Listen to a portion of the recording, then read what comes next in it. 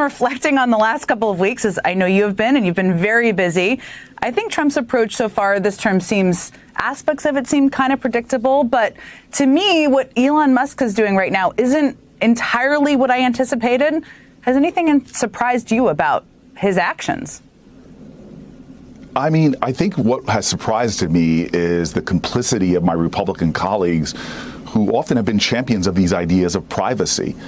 This is Elon Musk, who is one of our biggest government contractors, one of our big military contractors, who now has unfettered access to the most personal information, from FEMA information about people's homes, houses, to medical information, information on the medicines people take, tax information, Social Security information.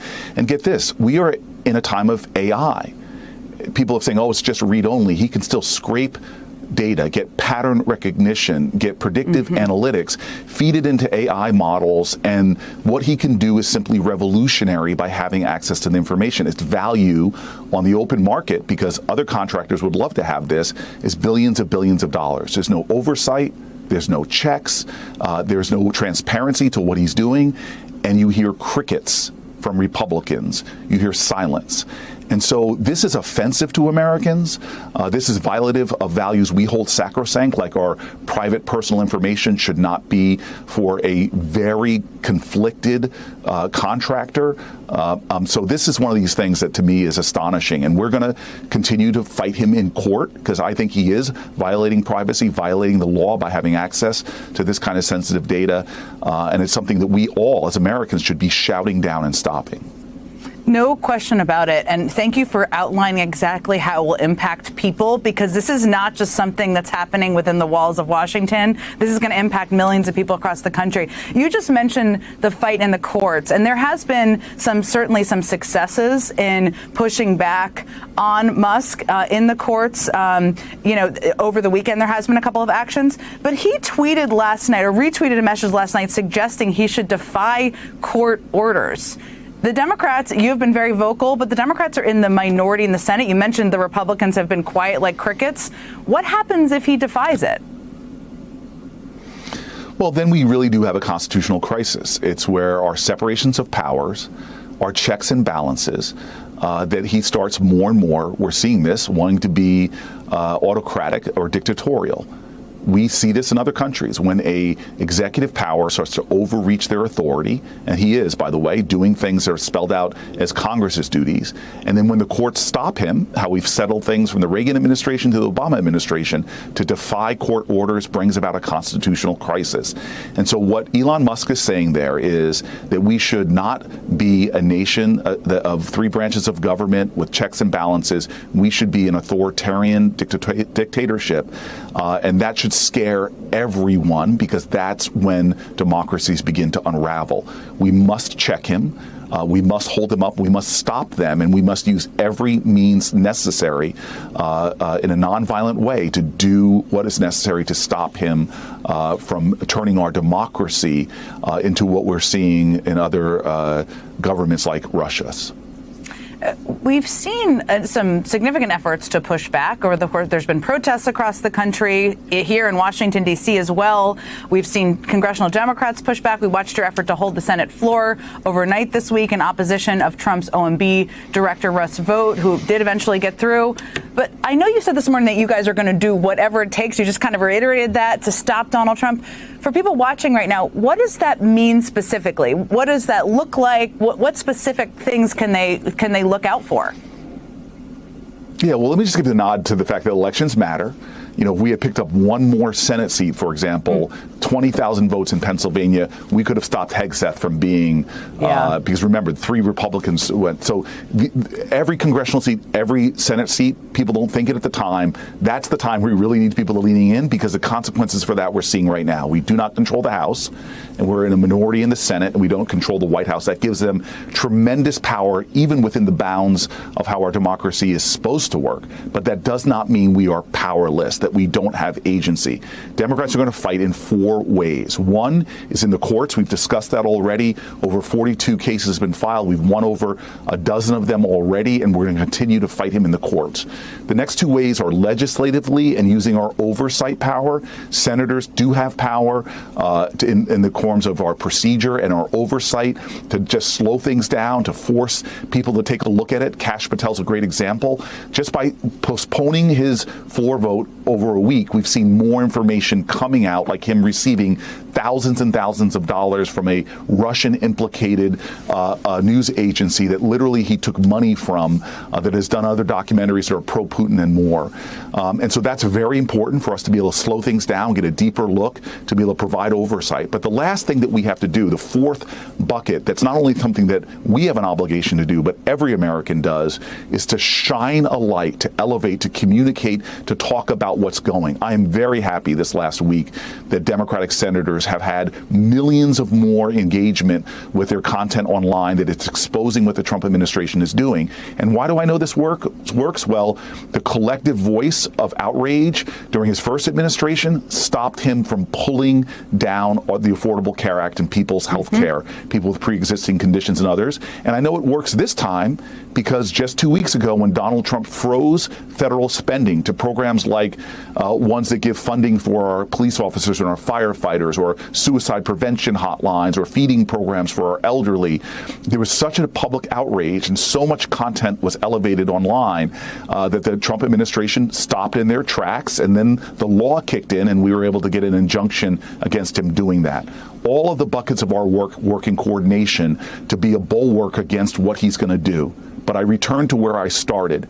They won multiple elections and they have a lot more authority. But that does not mean we are powerless, that we don't have agency. And most importantly, all of us, especially us elected, but all of us have a responsibility in this time and this climate to speak up. You know, in the case of former President Biden or perhaps Jake Sullivan and others, this is just kind of the performative theater, the red meat that Trump is throwing at his base. But what concerns me is some of the others, frankly, when you talk about some attorneys, and truth be told, Mark Zaid is someone, a national security attorney in Washington. He's represented me in a case where I was actually fighting for health care against the CIA. So, Mark Zaid is someone who has worked on behalf of Republican and Democratic clients. He's battled against government malfeasance.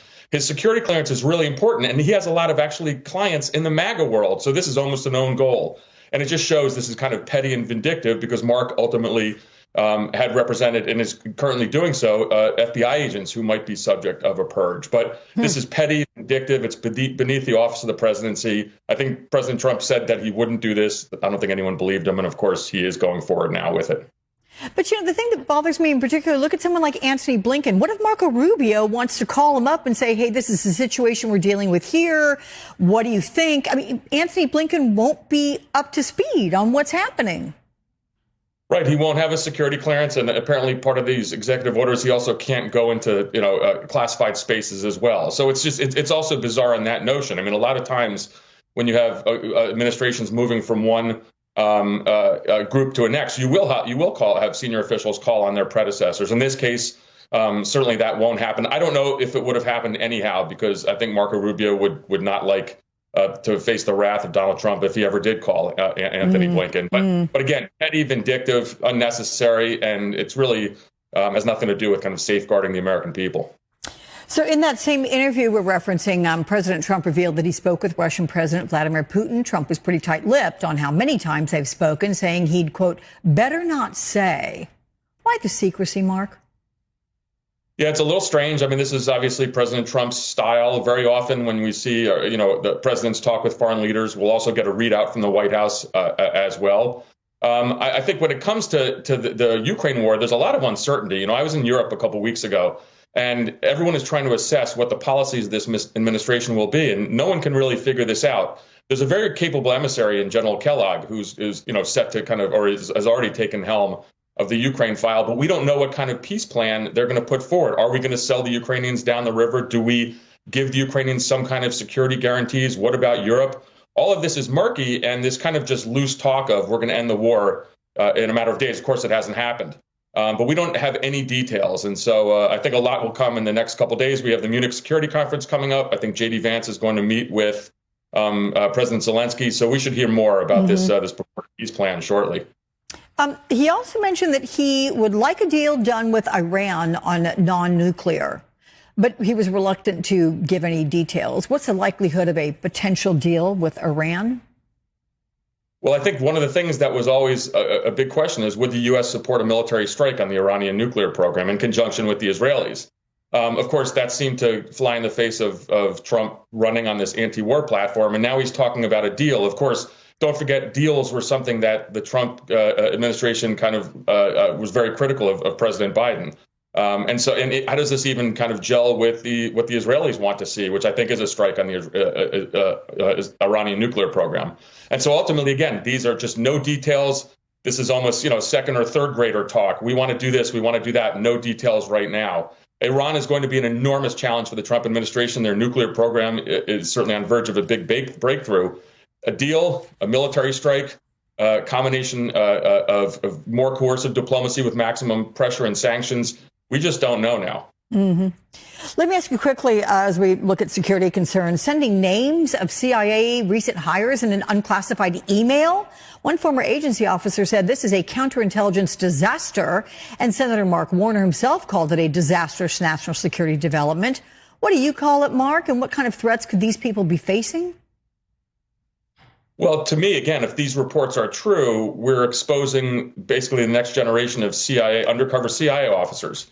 If these were sent down in an unsecured fashion to this, task force, this Office of Management and Budget or Elon Musk group, even if they talk about how they just sent the names of, first name and a last initial, it's not difficult for an adversary to find out who our covert officers are. So do they then go on assignments to really tough places?